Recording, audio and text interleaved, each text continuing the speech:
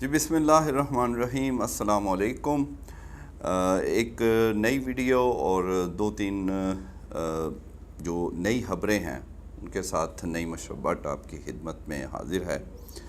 پہلی بات جو کرنی ہے وہ ہے جو کل بھی ہم نے کی تھی ایرانی صدر کے حوالے سے، جو جاں بحق ہوئے ان کا جو ہیلی کاپٹر کریش ہوا، اس میں ایک نیا تھوڑا سا موڑ نظر آیا، جو کہ ہمیں کچھ جو انٹرنیشنل میڈیا، پھر جو ٹویٹر پہ یا جو ایکس اب ہے وہاں پر بھی کچھ ایسی چیزیں دیکھنے کو ملی جس سے یہ کچھ شکوک و شبہات پیدا ہو رہے ہیں کہ شاید اس میں انڈیا کا بھی رول ہے۔ پہلے تو یہ شک کیا جا رہا ہے کہ یہ ہیلی کاپٹر جو ہے یہ محض حادثہ نہیں ہو سکتا، یہ یقیناً جو ٹیکنیکلٹیز بتائی گئی ہیں اور پھر کچھ چیزیں کل آپ سے ڈسکس کی تھی آذربائیجان کے حوالے سے کہ وہاں پر جوئش لابی جو ہے وہ بڑی اسٹرانگ ہے، تو وہ یہ ساری چیزیں ڈسکس ہو رہی ہیں۔ لیکن آج جو پتہ چلا پچھلے بلکہ کچھ 24 گھنٹوں میں، وہ کچھ شکوک و شبہات جو ہے وہ انڈین رول کے حوالے سے اس طرح دیکھے جا رہے ہیں کہ جیسا کہ کل ایک اشارہ بھی ہم نے ڈسکس کیا کہ جب ایسا کوئی معاملہ ہو، پہلے تو ظاہر ہے پروب اس کو کر رہے ہیں ایرانی گورنمنٹ، ان کی انٹیلیجنس ایجنسیز، جو تحقیقاتی ادارے ہیں، لیکن جو چیز سمجھ آ رہی تھی اور سب اس پہ بات کریں کہ یہ مقامی طور پہ ضرور کوئی ایسا لوگ یا ایسی شخصیات ہیں جن کی انوالومنٹ ہو سکتی ہے، اگر یہ واقعی میں حادثہ نہیں ہے اور یہ اس کو ہٹ کیا گیا ہے کسی بھی طریقے سے یا جو بھی آپ سمجھ لیں، تو اس میں وہ کچھ لوگوں کا جو ایکس پہ اور جو انٹرنیشنل میڈیا اور کچھ چیزیں جو ہمیں پتہ چلیں اس کے مطابق تو یہ ایسے لگتا ہے جیسے کوئی لوکلی انڈین رول، ایک نام بھی چل رہا ہے سنجیو بندانی نام سے، کوئی کہا جا رہا ہے کہ یہ کوئی انڈین ڈپلومیٹ یا ادھر کا ہی کوئی ملازم ہے، تو اس کو کوئی پکڑا بھی گیا ہے یا یہ کہیں بھاگ رہا تھا۔ تو اس طرح کی چیزیں جو ہم نے دیکھی تو اس سے لگتا ہے کہ یہ کوئی بہت بڑی کانسپریسی ہے۔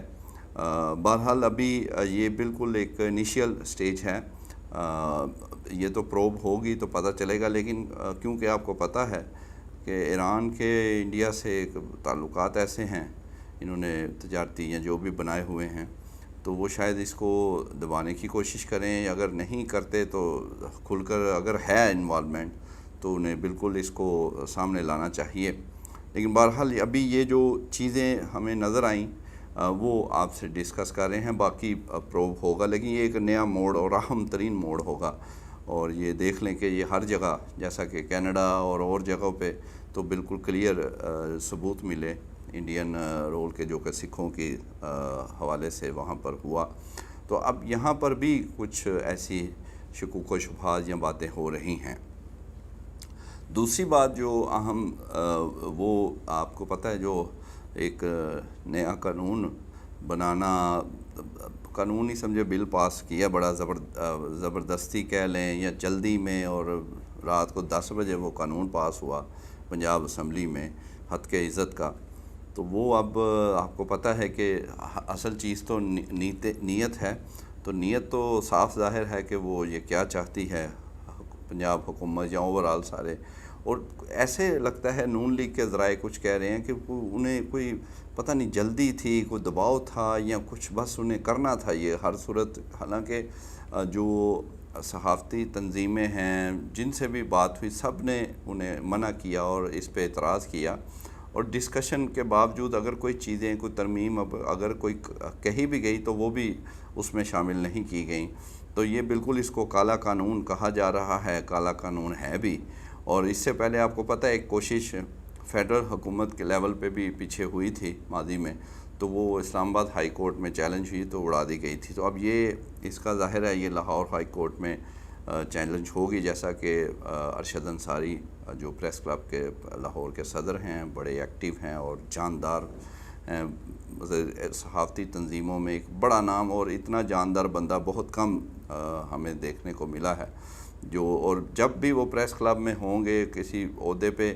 تو ایک دم ایسے لگے گا پریس کلب زندہ ہو گیا، ایکٹیو ہو گیا، اور جب وہ نہیں ہوتے تو بڑا حالات خراب ہوتے ہیں اس طرح کے پریس کلب۔ اور بڑے دلیر آدمی ہیں، جہاں دیدہ اور کھل کر جو ہے وہ بات بھی کرتے ہیں، تو انہوں نے بھی یہ اعلان کیا ہے۔ تو بہرحال یہ اب کورٹ میں جانا ہے معاملہ، لیکن آپ یہ اندازہ کر لیں کہ کس قدر وہ تنگ ہے، حکومت کہہ لیں، مسلم لیگ نون کہہ لیں، یا جو بھی ان کے الائز ہیں، کہ وہ انہیں اب جو ہے وہ تنقید برداشت بالکل نہیں ہو رہی۔ بات یہ ہے کہ آپ پہلے یہ سوچتے نا، جب آپ جس طرح الیکشنز ہوئے، جس طرح آپ حکومت آپ کی بنی، فارم 47 اور جو کہانیاں اب کھل کے اب مزید سامنے آ رہی ہیں اور کچھ آئیں گی، تو پھر یہ تو پھر ہونا ہے، چیزیں تو آئیں گی۔ تو اب یہ حد کے عزت اور اس طرح کی چیزیں یہ ساری وہ کرنے کی کوشش کی جا رہی ہے۔ افسوس ہے کہ یہ ایک عظمہ بخاری جو وزیر اطلاعات پنجاب ہے، پتہ نہیں ان کا وہ اس میں کتنا رول ہے، لیکن بہرحال وہ ان کا وہ آفیشیل حیثیت ہے، وہ ہیں تو وہ بڑی جمہوری اور پیپلز پارٹی سے آئی مسلم لیگ نون میں، لیکن بہرحال ان سے میٹنگز بھی ہوئی صحافتی تنظیموں کی، لیکن پھر بھی یہ ہو گیا قانون۔